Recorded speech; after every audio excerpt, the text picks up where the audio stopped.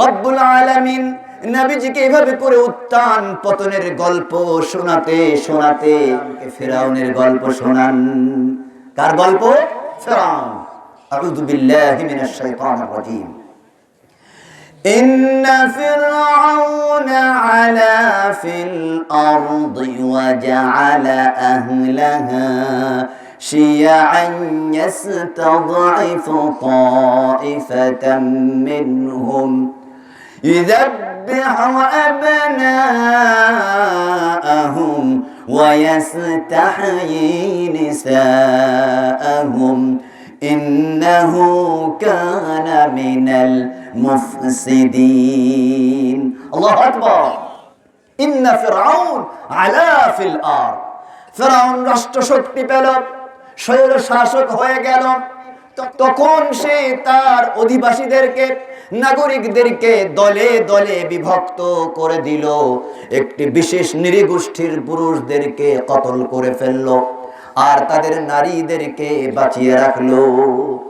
ইন্নাহু কানা মিনাল মুফসিদিন, এই ফিরআউন ছিল অত্যন্ত পাপাচারদের একজন, ভয়ঙ্কর ধরনের পাপিষ্ঠ। নাউযু বিল্লাহ। আমি রব্বুল আলামিন মূসাকে নবুয়তি দিলাম। মূসাকে নবুয়তি দিয়ে যখন ফিরআউনের কাছে পাঠিয়ে দিলাম, ফিরআউনের কাছে গিয়ে যখন মূসা নবুয়তির দাওয়াত পেশ করলো, তখন ওই ফিরআউন দাওয়াতকে গ্রহণ করলো না। وقال فرعون ذروني أقتل موسى وليدع ربه إني أخاف أن يبدل دينكم أو أن يظهر في الأرض الفساد। ফিরআউন তার চতুর্পাশে থাকা লোকদেরকে অ্যাড্রেস করে করে বলে, আরে থামো, আমাকে অবকাশ দাও। মূসা তার রবকে ডেকে নিয়ে আসুক, দেখি কেমন করে বাঁচাতে পারে। আমি মূসাকে জানে মেরে শেষ করে দিব। আখতুল মূসা ওয়ালিয়াদউ রাব্বা, সে তার রবকে ডাকুক, দেখি আমার থেকে বাঁচাতে পারে কিনা। নাউযু বিল্লাহ। কারণ কি? আমার ভয় হয়, আমার আশঙ্কা হয় সে তোমাদের দ্বীন ধর্মকে পাল্টে দিবে, তোমাদের চেতনাকে ধ্বংস করে দিবে, তারা এই রাষ্ট্রব্যাপী বিপর্যয় ছড়িয়ে ফেলবে। নাউযু বিল্লাহ। একটা পর্যায়ে ফিরআউন রাষ্ট্র ক্ষমতায় গিয়ে বনি ইসরাইলের ছেলেদেরকে, পুরুষদেরকে মেরে মেরে শেষ করে দিল, নারীদেরকে বাঁচিয়ে রাখলো। অত্যন্ত ছোট একটি নৃগোষ্ঠী হিসেবে বনি ইসরাইলের লোকেরা বাকি রয়ে গেল। চতুর্পাশে যারা মন্ত্রী ক্যাবিনেটে আছে, এই অন্যায় কি তারা কিভাবে মেনে নিল?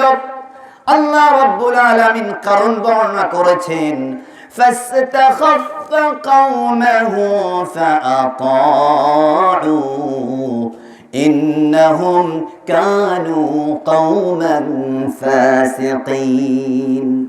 ফিরআউনের চারিপাশে ক্যাবিনেটে যারা লোক ছিল, যারা সভাসদ আমলা ছিল, তাদের বিবেককে ফিরআউন ভূতা বানিয়ে দিল। ফিরআউন কি করলো? তাদের বিবেকের তালা আটকায় দিল। তারা ফ্লিপেন্ট হয়ে গেল, বিবেকহীন হয়ে গেল। কেন হলো? ফিরআউনের ডাকে কেন সাড়া দিল? সমাজের স্ট্যাটাসের লালসা, ক্ষমতার লালসা, অর্থের লালসা তাদের ভেতরে ছিল। ইন্নাহুম কানু কওমান ফাসিকিন। এই লোকগুলো যারা তার চারিপাশে ক্যাবিনেটে ছিল, পলিসি মেকারস, ফিলোসোফার্স, ইন্টেলেকচুয়ালস, বুদ্ধিজীবী, যারা তাকে বুদ্ধি দিয়ে দিয়ে রাষ্ট্র পরিচালনার কাজে সাপোর্ট করত, হেল্প করত, সাহায্য করত, তারা ছিল পাপিষ্ঠ, তারা ছিল পাপাচার, তারা ছিল বেহায়া। এ কারণে এই পাপিষ্ঠ লোকগুলো যারা তার চারিপাশে থেকে তাকে পলিসি প্রেসক্রিপশন দিত, তাকে অ্যাডভাইস করত, তারা তার চারিপাশে বসে আছে। হযরতে মূসা আলাইহিস সালাতু ওয়াস সালাম কালিমার দাওয়াত যখন নিয়ে গিয়েছেন, তখন এই পাশ থেকে এই চামচাগুলো বলে, وقال الملأ من قوم فرعون أتذر موسى وقومه ليفسدوا في الأرض ويذرك وآلهتك। ওই চতুর্পাশ থেকে চামচাগুলো যারা পলিসি মেকারের আসন দখল করেছে, যারা বুদ্ধিজীবীদের আসন দখল করে নিয়েছে, যারা ক্যাবিনেটের এমপি মন্ত্রী হয়েছে, তারা ফেরাউনকে ডেকে ডেকে বলে, ও রাজা মশাই, আপনি এই মূসা আর তার ভাইকে আর তার কওমকে এমনিতেই ছেড়ে দিবেন নাকি? আতাযারু মূসা ওয়া কওমাহু লিয়ুফসিদু ফিল আরদ, মূসা এবং তার কওমকে এমনিতেই ছেড়ে দিবে? ফেরাউন বলছে, কখনোই না, আমি তাদেরকে কতল করার জন্য পরিপূর্ণ পাওয়ার হোল্ড করি, কারণ I am the only one, I am all in all, আমি সর্বে সর্বা, no one can interrogate and no one can question me, আমাকে কেউ প্রশ্ন করতে পারে না। I am the absolute sovereign power, আমি হলাম একমাত্র সার্বভৌম শক্তি। মূসার মতো মানুষকে তুড়ি দিয়ে ফাঁসি দেব, খবরও হবে না। নাউযুবিল্লাহ।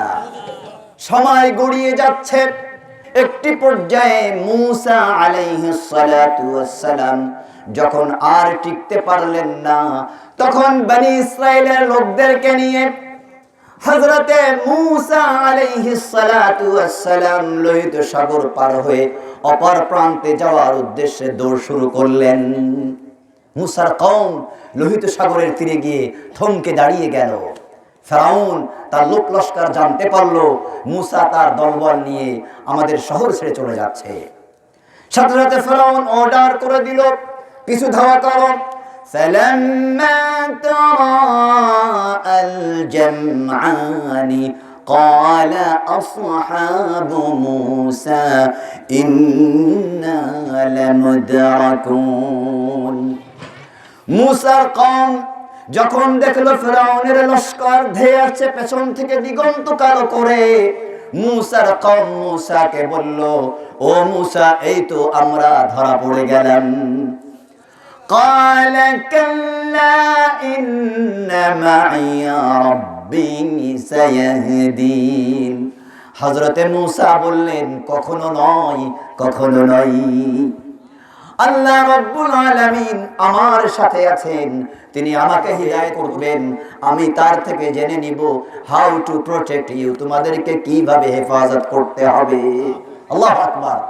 فأوحينا إلى موسى أن اضرب بعصاك البحر فانفلق فكان كل فرق كالطود العظيم।